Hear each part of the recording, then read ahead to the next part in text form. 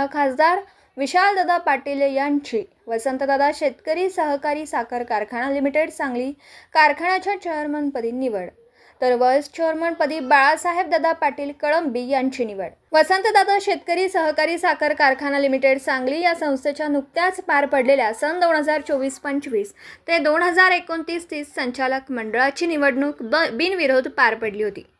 कारखान्याच्या नवनिर्वाचित संचालक मंडळांची सभा मान्य श्री गोपाळजी मावळेसो, निवडणूक निर्णय अधिकारी तथा प्रादेशिक उपसंचालक साखर कोल्हापूर विभाग कोल्हापूर यांच्या अध्यक्षतेखाली कारखाना कार्यस्थळी बोलवण्यात आली होती। खासदार विशाल प्रकाशराव पाटील यांची चेअरमनपदी निवड होण्याबाबत सूचक श्री विशाल श्रीपाल चौगुले तर अनुमोदक श्री यशवंतराव आनंदराव पाटील भिलवडी यांनी दिलं। नंतर व्हाईस चेअरमन म्हणून श्री बाळासाहेब दादा पाटील कळंबी यांचं नाव श्री गणपतराव महादेवराव सावंत पाटील सावंतपूर यांनी सुचवलं, तर अनुमोदक श्री दौलतराव दिलीपसिंह शिंदे म्हैसाळ यांनी केलं। निवडणूक निर्णय अधिकारी मान्य श्री गोपाळजी मावळेसो व सहाय्यक निवडणूक निर्णय अधिकारी श्री विजय पाटील सो यांनी चेअरमन व व्हाईस चेअरमन निवड बिनविरोध झाल्याचं जाहीर केलं।